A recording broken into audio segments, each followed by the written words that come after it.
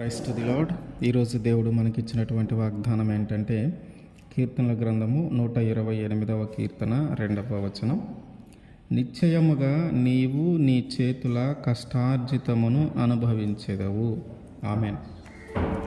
కొన్నిసార్లు మనం బాగా కష్టపడుతూ ఉంటాం, కానీ ఆ కష్టం యొక్క ప్రతిఫలాన్ని మాత్రం మనము అనుభవించలేం. మనము ఎంత కష్టపడి ఉన్ననో కనీసం మన తినటానికి కానీ, మన అవసరాలను తీర్చుకోవటానికి కానీ, మన కుటుంబాన్ని పోషించుకోవటానికి కానీ అది ఉపయోగపడని పరిస్థితుల్లో ఉంటూ ఉంటుంది. మనం పడిన కష్టం యొక్క ప్రతిఫలం అంతా కూడా వేరే వాళ్ళు అనుభవిస్తూ ఉంటారు. ఆ ప్రతిఫలము వేరే వాళ్ళు దాన్ని తీసుకొని వాళ్ళు సంతోషంగా ఉంటూ ఉంటారు. కానీ మనము మాత్రం లేమిలోకి, పేదరికంలోకి వెళ్ళిపోతూ ఉంటాం. మనం అనుకుంటూ ఉంటాం, మనం ఇంత కష్టపడుతూ ఉన్నాం కదా, ఈ కష్టార్జితం అంతా మనమే అనుభవిస్తే బాగుండేది, ఈ కష్టపడిన దానికి ఈ ప్రతిఫలం అంతా నాకే వస్తే బాగుండేది.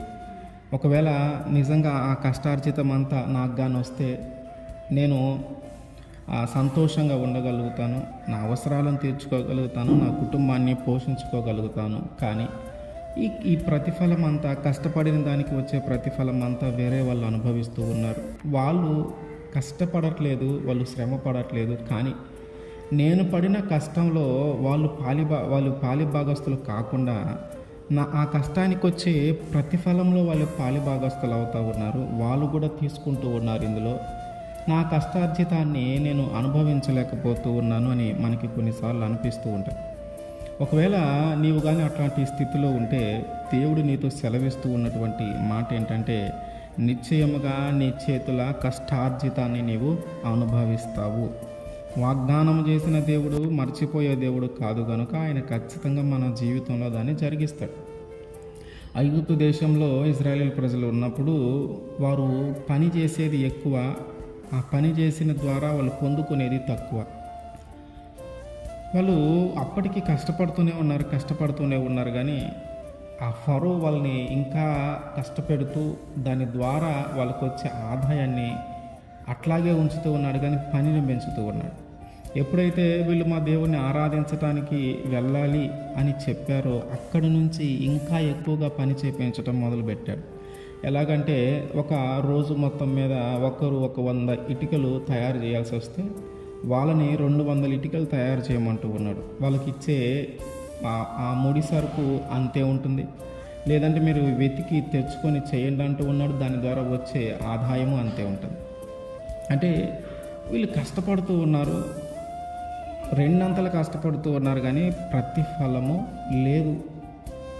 నిజంగా వాళ్ళు కష్టపడిన దానికి ఆ కష్టం యొక్క ప్రతిఫలాన్ని కానీ వాళ్ళు అనుభవిస్తే, ఆ కష్టార్జితాన్ని కానీ వాళ్ళు అనుభవిస్తే, వాళ్ళు పేదరికంలో ఉండేవాళ్ళు కాదు, వాళ్ళు లేమిలో ఉండేవాళ్ళు కాదు, వాళ్ళకి ఆ దుఃఖము వచ్చేది కాదు, వాళ్ళకి ఆ బాధ కలిగేది కాదు.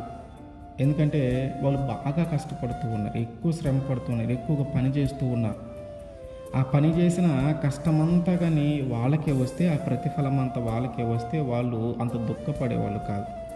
కానీ ఆ కష్టము రానివ్వకుండా ఆ కష్టము వలన వచ్చే ఈ ప్రతిఫలం అంతా ఫరో దగ్గరికి వెళ్ళిపోతూ ఉంది.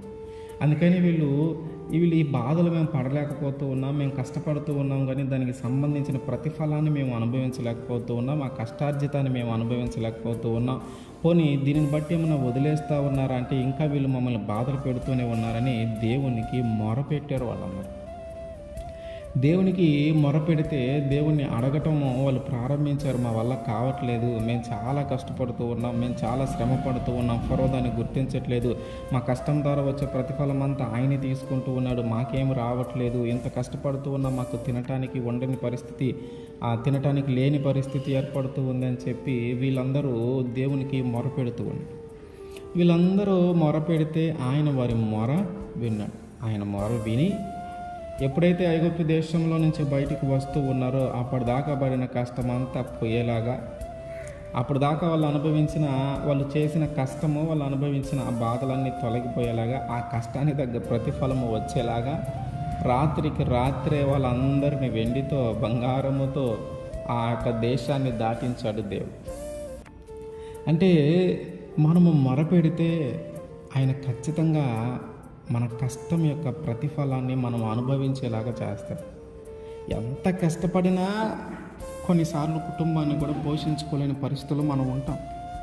అటువంటి సమయంలో మనం చేయాల్సింది ఏంటంటే, అయ్యా నా జీవితంలో ఇట్లా జరుగుతూ ఉందని ఆయనకి కానీ ప్రార్థన చేస్తే, యేసుక్రీస్తు వారికి కానీ మొరపెడితే ఆయన ఖచ్చితంగా మన పరిస్థితులను మార్చి మన కష్టార్జితాన్ని వృధాగా ఎక్కడైతే పోతుందో, పని చేయకుండా ఎవరైతే మన కష్టాన్ని తింటూ ఉన్నారో వాళ్ళందరినీ మన జీవితంలో నుంచి తీసేసి మనం ఎంత కష్టపడుతూ ఉన్నామో ఆ కష్టం యొక్క ప్రతిఫలం అంతా మనకే వచ్చేలాగున, మన కష్టార్జితాన్నంతా మనమే అనుభవించేలాగున ఆయన మార్చగలడు. ఐగుప్తు దేశంలో ఉన్నటువంటి ఇజ్రాయేలీలకు చేసిన దేవుడు ఈరోజు మనం అడిగితే వారు మొరపెట్టారు, దేవుడు వారి మొర ఆలకించి వాళ్ళని తిరిగి అప్పుడు దాగబడిన ఆ కష్టానికి తగ్గ ప్రతిఫలాన్ని ఆ వెండితో బంగారముతో ఇచ్చి వాళ్ళని ఐగుప్తు దేశం దాటించాడు. అట్లాగే ఇప్పుడు కూడా మనము మొరపెడితే ఆయన ఖచ్చితంగా మన చేతుల యొక్క కష్టార్జితాన్ని మనము అనుభవించేలాగా చేస్తాడు. ఆమేన్.